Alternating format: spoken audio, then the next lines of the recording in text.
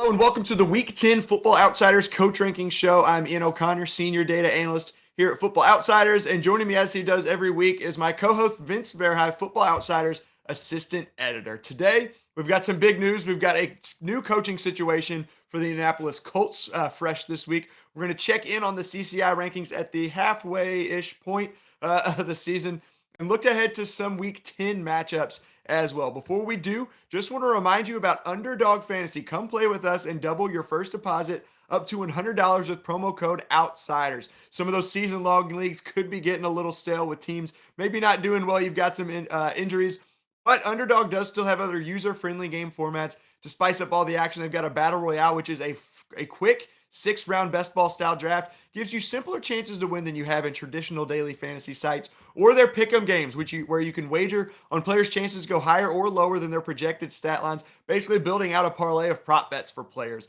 And you can do that even in states where traditional prop betting currently is not available.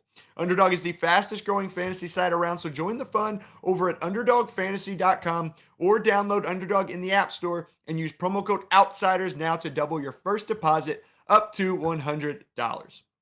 Now, I mentioned at the top of that preview, the big story that we've got this week: Frank Reich is fired. He's out as head coach of the Indianapolis Colts just 2 weeks after changing quarterbacks. 1 week after firing the offensive coordinator, he's gone. Last week, Vince, I asked if you thought he could make it through 2023. You weren't too confident in that, and you were right. But, man, I don't think any of us expected this firing to come just a week later.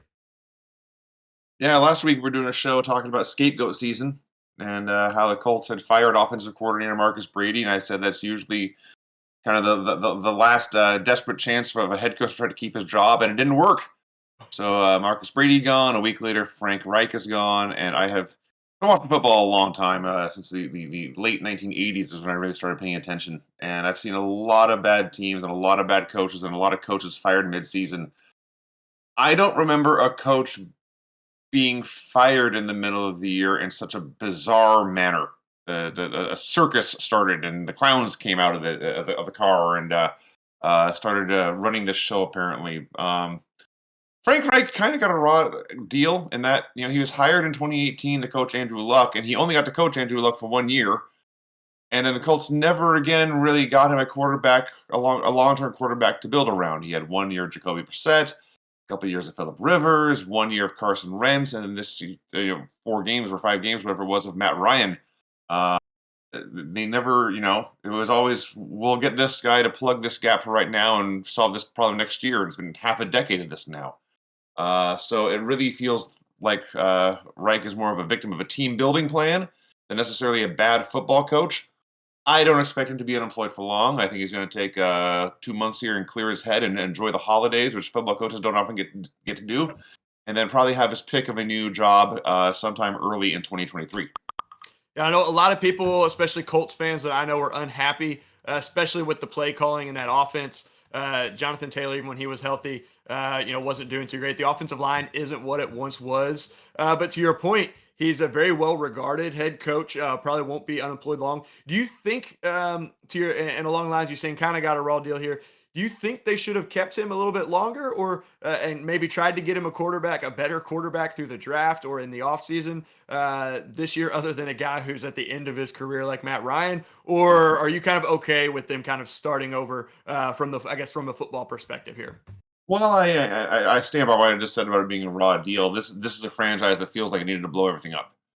Just cut ties with everything and start fresh. And they've been trying. They were building around Andrew Luck, and then he suddenly retired, and they have been trying to kind of hang on to what was left of that team now ever since.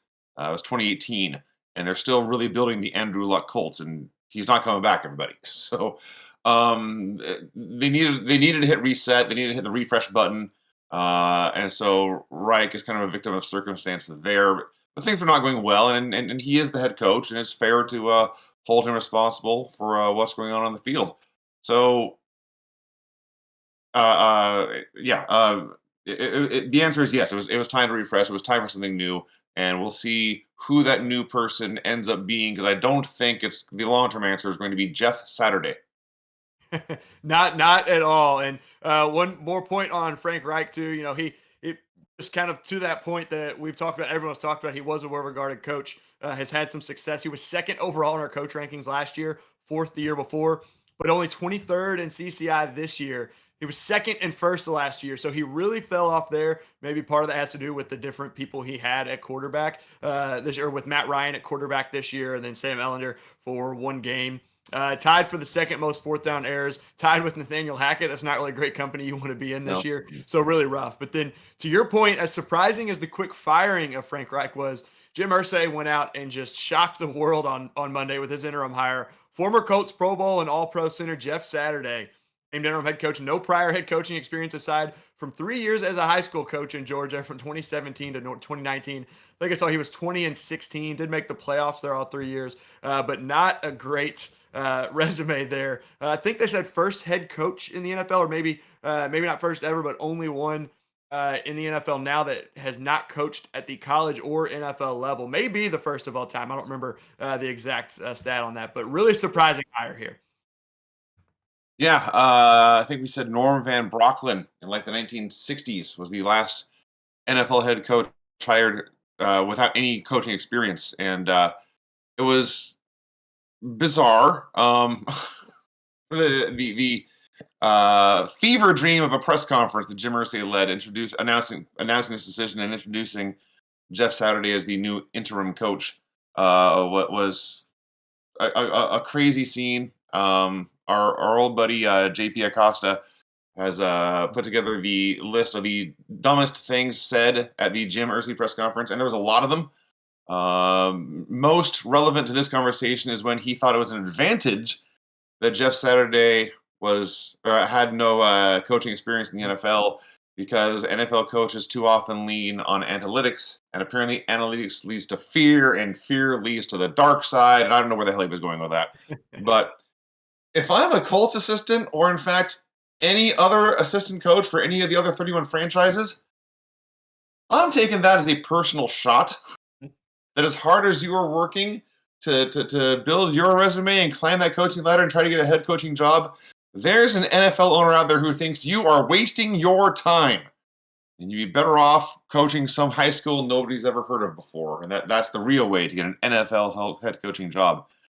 The decision is even weirder because you look at the Colts staff, and even without, well, Reich's obviously fired, but even without Marcus Brady, part of me wonders if Brady had not been fired, would he be the interim head coach now? I don't know.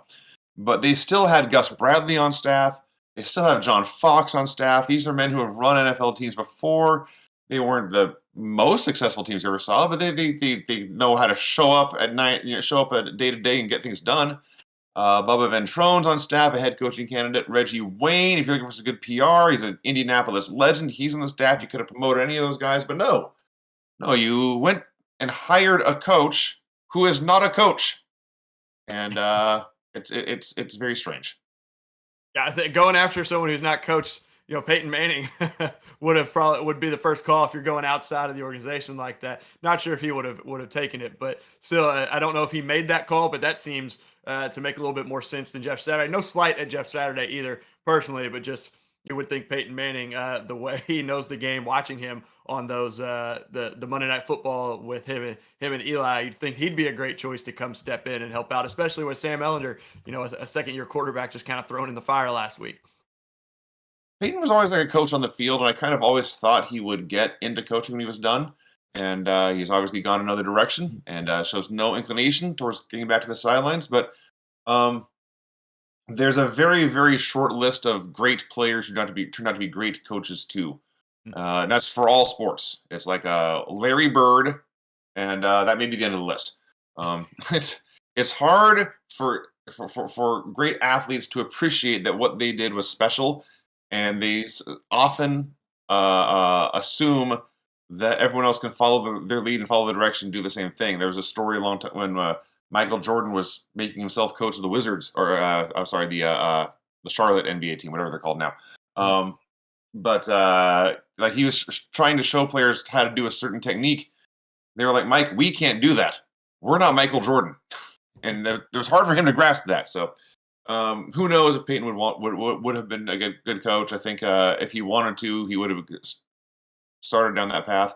he's perfectly happy watching TV in his basement and making fun of his brother for 3 hours a week. I think that's a pretty good gig he's got. Absolutely, and some of those guys, to your point as well, pro athletes are so good, it just comes so naturally to them. It's hard, like you said, for them to teach it and to explain how to do it. They just Yeah. kind of know how to do it, and they're like, "Hey, this is what you do," and they watch, and they're like you said, "Can't do that." We're not you, so it is tough there. But we'll see how Jeff Saturday does here. Sometimes you see those teams come out with an interim coach and come out on fire, they're a little rejuvenated there and get a win or two. But time will tell. One other question here, maybe looking at potential replacements moving forward. I know every year at the end, there's a handful of offensive coordinators, defensive coordinators that are thrown out there. Is there a guy here that you think maybe it's best? And is this still a desirable job? I mean, the offensive line isn't what it was a couple years ago, but they've got a pretty decent young core there with Michael Pittman, Jonathan Taylor, good running back receiver, some good pieces on the defense as well, it seems like. BetOnline.ag, and I'll be honest, I don't know what that is or even what a .ag is, but I found them on Twitter and they have a list up. They currently have Giants offensive coordinator Mike Kafka as the favorite for the Colts job at 7-2 odds. Other top candidates they list is Greg Roman, the offensive coordinator from Baltimore, D'Amico Ryans, DC and San Francisco, Kellen Moore is running Dallas's offense. Byron Leftwich was a hot candidate for a lot of years for Tampa Bay. His stock has fallen because the Bucks have kind of stumbled on hard times this year. And I'm also wondering if maybe this is the year Eric Bieniemy finally gets his chance. He's been running Kansas City's offense for many, many years now, and as you are probably aware, Kansas City gets a lot of points every year. And that's usually the kind of thing that leads to an offensive coordinator getting a chance at a head job somewhere. So that's a list of some of the names. Any if I was going to pick one of those right now, as we're sitting here in early November, 2 months before the the interviews actually begin, even it'd be a total shot in the dark. But I think when we answered this as the staff pick for the NFL staff picks earlier this year, I just simply said D'Amico Ryans would be the most fun. And I don't know if he'd be the best pick. I don't know if he's the correct pick, but I think he would be the most fun pick for a head coaching candidate job, and he'd be the most fun pick that Indianapolis could hire. Yeah, only time will tell. Like I said, still got a couple months till interviewing begins. One more question, kind of on this coach topic here with Frank Reich. We talked last week about who maybe would be the next position coach or the offensive coordinator, defense coordinator to be let go in scapegoat season. Is there a coach you think could be here next on the horizon to be fired in the next week or two? Or you think it's going to be a little bit longer into the season? There is no like Urban Meyer left now that Matt Rule's out. There's really no one like that, it seems, with like Dan Campbell. Some people are unhappy there. He's in his second year now, but again, just his second year there. So is there a name that you're kind of looking at you think could come up, or we're going to have to wait a little bit longer this year?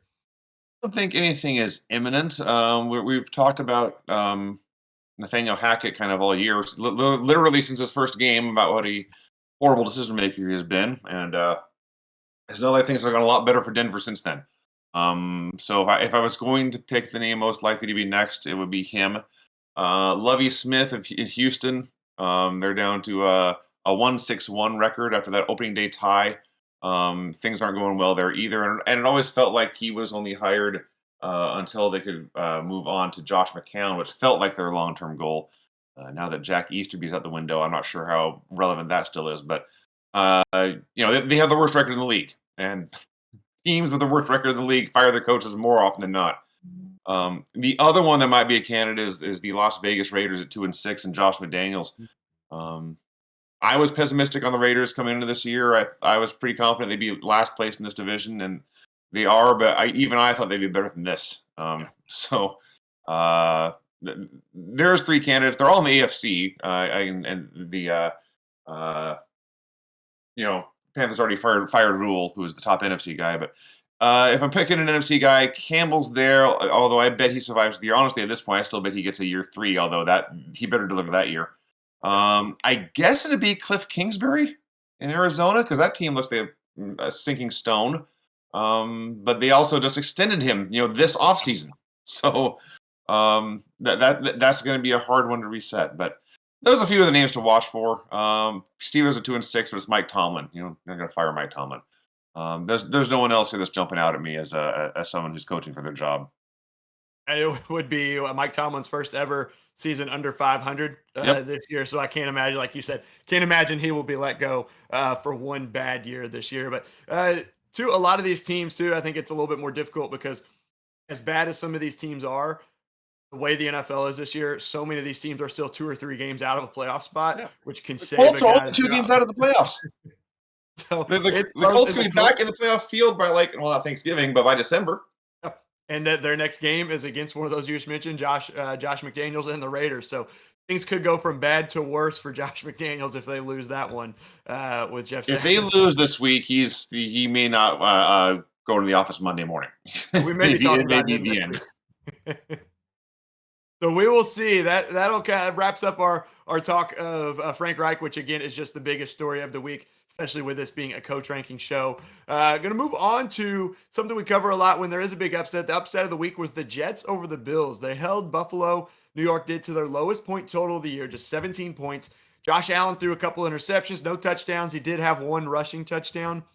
Vince, what did you see from the Jets defense that enabled them to slow down the Bills in this one? Those interceptions I mentioned, were those just purely bad decisions by Allen or some good scheming from Robert Saleh in New York? The first one he threw, and there's Any Given Sunday column by Cale Clinton up at footballoutsiders.com breaking all this down. The first one he threw was just a terrible throw. He threw it right to a wide open defender. There was no receiver in sight. I can't tell you what he was thinking about on that one. The second one is not quite clear what happened. It was also thrown right to a defender, but it looks like the receiver may have run the wrong route. Maybe been a miscommunication issue, but it's less what the Jets did from an X's and O standpoint, and more just Josh Allen played a very bad game. And I don't know if we're allowed to use profanity on this show, but Allen was cursing himself out after the game. He was well aware that he played like something bad, and he let everyone know it, and he needs to play better, and that's true. Now, as far as what the Jets did, it's not super complicated. They did shut down Allen a lot. The 2 interceptions were a season high. He only completed 18 to 34 passes. That's basically tied for a season low. He was sacked 5 times. That's a season high. Only 6 yards per throw. That's almost a season low, right there with the Ravens game. And what they really did, the Jets was just playing lots of man coverage across the board, and their cornerbacks beat Buffalo's receivers. Stephon Diggs had 5 catches for 93 yards, which sounds pretty good, but 42 were on one play, so he was pretty quiet aside from that one. Gabriel Davis, only 2 catches for 33 yards. Isaiah McKenzie, 2 for 12. So Sauce Gardner and DJ Reed and company were playing their butts off and making lots of plays and kicking the Bills receivers' ass, frankly. And then the Jets were also winning up front. So it's not a super complicated scheme that I saw them playing. It was just executing better than the other team across the board. And it seems that a lot of times it is that way. You know, one game in the NFL, the team can come out and beat the best team in the league. And the Jets, we've talked about a lot of people talk about they have a very good record, kind of resurgence. Maybe not as good as their record, but they showed it this weekend. And that defense there is sitting now at sixth in DVOA through Yep. 9 weeks. Yep. Maybe a surprise to some people, but FO projections had them projected for seventh. So this was one that was a surprise to a lot of people. We said, hey, this could be a top 10 defense. You mentioned those starting cornerbacks, and they had a lot of guys who were thrown into the fire last year that are very good depth options for them Yep. as well. That Correct. played as rookies. So really not it's not a thing where it's a total surprise that they came out and got this win. It is a surprise. It was an upset. But the way that defense is playing and the way we expected it, they kind of played to played to our expectations of them and have been so far this season. Yeah, no, this is not a fluke. This is not a mirage.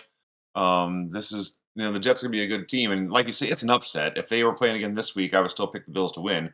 I don't think you're gonna see many weeks where Josh Allen makes more dumb mistakes than Zach Wilson. But there's still that element of Josh Allen in there. He was.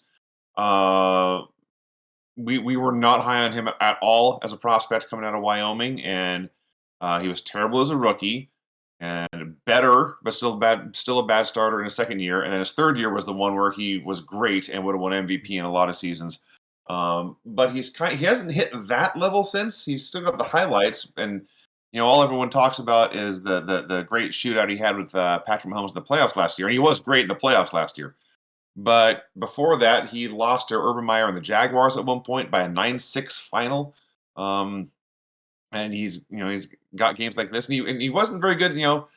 The second half of last week's game, it was Green Bay, and um, the Bills won comfortably, but they had a big halftime lead and they kind of coasted. So Allen was not very good in the second half of that game, but it kind of flew under the radar because the Bills still won by a lot. But this is 6 quarters in a row now where he's been, well, bad. I was going to say iffy, but he hasn't been iffy. He has been outright bad now for his last 6 quarters in a row. I expect to turn that around, but if he doesn't, and if this injury he apparently has suffered is going to be a major deal, these Bills suddenly have a lot of question marks, and that's going to open the door for the rest of the AFC. Yeah, Case Keenum is the backup there. Josh Allen dealing with a sprained elbow. I believe they said a UCL injury, which is I'm pretty sure is the injury that typically results in Tommy John for baseball players. Is Right. that UCL? So it'll be tough. Like you said, going from Josh Allen to Case Keenum is a pretty big drop off the way Allen has played the last couple of years. So we'll see. But we saw Case Keenum have that magical year in Minnesota. Hasn't ever been able to replicate that over the last few years. But I guess you could say with a good team, he's got the potential in him possibly to step in and fill in pretty well. But hopefully Allen doesn't have to miss any time for the sake of the NFL and fans watching that. Yeah. But we'll have to be a lot better. So moving now to our just kind of a half. I mentioned we're at the halfway-ish point of the season through week. Well, I guess we are halfway through week 9. I keep forgetting it's an 18-week schedule now. Yeah. So, yeah. Every team, or excuse me, that's not true. Exactly half of the games on the NFL schedule have been played to this point, and I don't even know if they did that on purpose. But I read that, and I was like, "Oh, that's very impressive, considering it is a 17-game schedule. That's hard to do, but they pulled it off." Yep, got exactly half of them. So we're going to look now with each team having played at least 8 games. Some of them are at 9 with some bye weeks still yet to come. Look at the CCI rankings. We visited these just a few weeks ago, but only 7 coaches have a positive net win probability gain on 4th downs, meaning they've picked up more in win probability with their good decisions, which is mostly decisions to go for it, than they've lost on their errors. This isn't really uncommon that it's only 7. The model is, don't want to say super aggressive, but it is a little bit more aggressive in the fact using the underlying numbers and the data and statistics over time and the way it works to be a little bit more aggressive and thinks teams should go for it more often than they should. And there's an argument for that, but not uncommon to see only 7 up over that or in the green, if you will. Dan Campbell is now number 1. We just talked about him probably making it to year 3, almost a half a game gained in win probability so far. Cliff Kingsbury is next. Sean McDermott, Nick Sirianni, and Kevin Stefanski all between about a third and a fifth of a game gained. Ron Rivera's at 6th, and then Doug Peterson both very close to 0 at 0.02, so about 2% over the break-even mark. The top coach is pretty much the same we had a few weeks ago. Dan Campbell did jump from 4th to 1st. One that kind of stood out to me is Ron Rivera, because we've kind of talked about him a couple times and mentioned him in passing as used to be known as Riverboat Ron. It seems like he's gone a little bit more conservative lately. Again, only just over 0, but still he's around the middle of the pack with 7 good goes or good decisions to go for it. But middle of the pack in errors. He kind of stands out to me. Doug Peterson, I don't think is any surprising given his history, though. Yeah, if you're paying attention to this, most of these names are expected. You mentioned Riverboat Ron and Doug Peterson. The year the Eagles won the Super Bowl was going for it on 4th down all the time. People don't always remember this, but the Philly special in the Super Bowl was on 4th and goal right before halftime. So if Nick Foles drops that pass in the end zone, they get no points, and they don't even get the benefit of getting the ball back again in good field position. So that was a huge gamble at the time. So these are guys who have mostly been very aggressive. And then Nick Sirianni we're still learning about him, but it looks like he's on the aggressive side. The name here that sticks out to me because no one ever talks about it is Sean McDermott. But the Bills go for it on 4th down all the time, but they usually convert. And no one ever talks about coaches when they go for 4th down and get it. It's only the 4th downs that fail where coaches get roasted because I don't know, people don't pay attention to things they should be paying attention to. But Sean McDermott's a good coach. The Bills are a good team. They win a lot of games, and they go for it on 4th down all the time. Sean McDermott and Bill Belichick had that game last year. I think the second game that they played in the regular season, not the windy one, where they each went for it like 4 times. The Bills converted all 4. It led to like 3 touchdowns, or converted 3 of the 4, led to 3 touchdowns, ended up winning that game. So that was a big one. To your point, it kind of goes under the radar because they convert them a lot. And then Doug Peterson, when he was in Philly the year they won the Super Bowl, I remember the first one that stood out to people, and maybe a lot of people didn't notice it, but it was one that a handful of people did because he was asked about it after the game. It was like a 4th and 8 at the Giants, I think 41 or 42 before the half, went for it, didn't get it, but after the fact he said, hey, we the number said it was about a 0.5%, and that was one of the years we were working with the Eagles, and they were utilizing the Edge Sports model, which is part of Champion Gaming with Football Outsiders and Edge Sports and everything. So that was really cool, but that's kind of for us what started it. And then he had that whole year of going for it. And the next year was John Harbaugh, who went for it on like every single 4th down with Lamar. Kind of a similar situation. His was so much, and they were so good. To Sean McDermott, though, they converted, but he got a lot of publicity. But yeah, Sean McDermott doesn't get as much of the publicity for going for it on 4th down, but does a really good job. And at the other end, the bottom 5, Dennis Allen is last down there in New Orleans with over half a game lost win probability. Nathaniel Hackett, Brian Daboll, which may be a surprise to some people to see him at the bottom of a list, but it says 4th down decision making only. Kyle Shanahan and Andy Reid. So Andy Reid, we've talked about a couple times, not his usual self when it comes to aggressiveness on 4th downs, usually near the top, but he has jumped from last place that last time we checked in, I think week 7. And then Nathaniel Hackett has dropped to 31st after being outside the bottom 5. He's now down there. Things, like you said a moment ago, just are not going right for Denver. But maybe the most surprising on that list, I think, is Andy Reid, which we've talked about before. Andy Reid, yeah, he's usually been pretty aggressive, and he has not been this year. And I know we talked about this before, but remember when the Colts beat the Chiefs? It was only like a few weeks ago. This has happened. This is a real thing. I'm not making this up. And one of the plays in that game was it was a fake field. It was a fake field goal or a fake punt on like 4th and 12. It was a bizarrely aggressive play call, and they went with this fake special teams play instead of just letting Patrick Mahomes throw. But yeah, other than that, he's been very conservative this year. But I'm actually most surprised by Brian Daboll, and he's another first-year coach, so we didn't know how he would really go into this. But the Giants have won most of their games because they're running a lot. With Saquon Barkley having a good year, and even more so, Daniel Jones is having a big year running the ball. And a mobile quarterback on 4th and short, if you're not by the goal line, that's almost impossible to defend because you have to crowd the line and guard against the sneak and all that. But then you risk the chance he drops back or fakes a play and rolls out. You got to cover the flats, and then he can still throw. So you got to have guys covering downfield, and it's so hard to stop a good mobile quarterback from getting 1 yard when he really needs it. And they have a mobile quarterback. I'm still not convinced how good he is, but you would think a guy who has nothing to lose this year is playing with house money. You'd think he would be more aggressive than that. But then again, as we talked about before, the Giants, like the Vikings this year, are winning a lot of games just by stepping to the side and letting opponents make mistakes and beat themselves. And that has been their MO and has worked more often than not. So I don't think we're going to see it change very much between now and the end of the year. Yeah, all their 1-score games maybe could have been 2-score games, or maybe not as close if they'd been a little bit more aggressive. But to your point, they're winning the games. They're not hurting themselves. They're not making mistakes. So maybe he doesn't trust them to get it and is trusting the rest of that team. But one that is a little surprising to me, actually, looking at this a little bit more, Dennis Allen, having coached there with Sean Payton, how aggressive Payton kind of fell off the last year or so, I think, or whatever his last year was 2 years ago, I believe. Or no, last year was his last year. Kind of fell off a little bit, was near the bottom in our CCI rankings, but for the most part was really aggressive. So it's a little surprising that Dennis Allen didn't kind of pick up on that and move forward and stay aggressive now as a head coach.